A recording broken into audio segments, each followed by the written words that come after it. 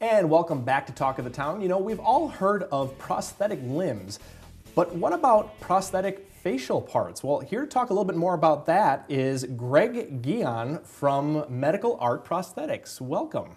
Thank you, Justin. Good to have you with us today. Great. Good to have you back. Yeah. I think this is your second Yeah, it appearance is. on Talk of the Town. Is. So talk to us a little bit about facial prosthesis. What is it? Well, a facial prosthesis, a lot of people don't really understand. It's actually any part of the face, basically a replacement for a part of the face that might have been lost in an accident or something. And so a facial prosthesis is actually a device designed and created to just replace a missing part of the face, like a nose or an eye or an ear. Sure, and you've got some examples here. I do. I'll just kind of hold these up to quickly demonstrate that, for example, this is a nasal prosthesis. Maybe hold it up and kind of face that. Sure. There. I don't know if you can see that. Yeah.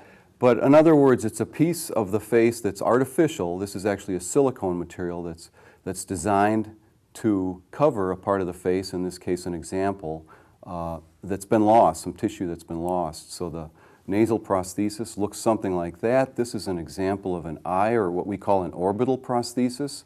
So if someone loses part of their eye and some of the surrounding tissue, we create an orbital prosthesis. And that looks so real. Ear. Yeah. And so the same thing for some children are born without an ear or an underdeveloped ear, so we design and fabricate and fit a silicone replacement.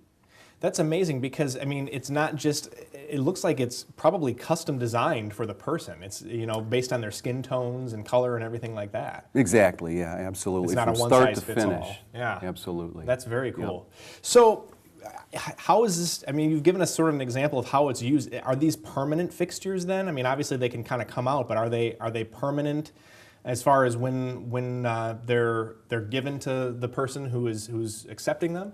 Right, good question. A lot of people do come in the office thinking that they're going to get a prosthesis and it's maybe going to be implanted under their skin and it's going to be permanent, or if we attach the prosthesis, it's going to go on and stay on. Right. But it's just not the reality. A prosthetic device is made to be durable so that the person can put it on each day and basically take it off at night and maintain it, and keep it. Right, and you know, that's pretty close to what, you know, people have almost all people have heard of prosthetic limbs. I mean, most prosthetic limbs I don't think are permanent. They are something that they can be removed and, you know, taken care of and serviced if needed. Right. So speaking of which, I mean, is this field pretty closely related to prosthetic limbs or prosthetic dental work or anything like that? No, I think people you know, they hear prosthetics and they kind of try to relate it to these different prosthetic disciplines, right? Like dental prosthetics or limb prosthetics. But if you think of a limb prosthesis or an artificial arm or leg as being something really primarily functional, sure. And the same with dental prosthetics. These things are designed by dentists and technicians and processed in kind of an assembly line manner to be very functional, to chew and whatnot. This sort of a prosthesis is really so visible, it has to be approached really like almost like an art project. Yeah. So it's a combination of sculpture and painting all in one. It's really like doing a personal portrait of a person. How did you determine that this was your life's calling? Well, it started in art, you know, and I think that it's really it's almost not a field in itself. It's almost like such a small subset of services that the people that find their way into this work, like myself, start off often in an art field, and they find that they're able to design and fabricate these devices very accurately. So we're kind of pulled into it from an art background, and then trained in the clinical and medical sciences to provide the service. I'm just curious, what is the age range of folks that you work with?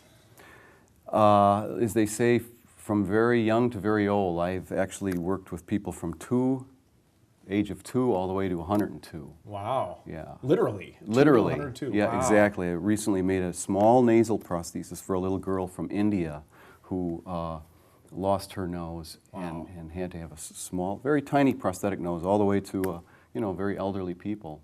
Wow. So much interesting things to talk about, and we're looking forward to having you back next month, Greg. Thank you so much for coming on today. Thank you, Justin. Thanks. Greg Gion from Medical Art Prosthetics. Thank you so much for coming on. Don't go away. We're going to be talking politics right here on Talk of the Town on CW57.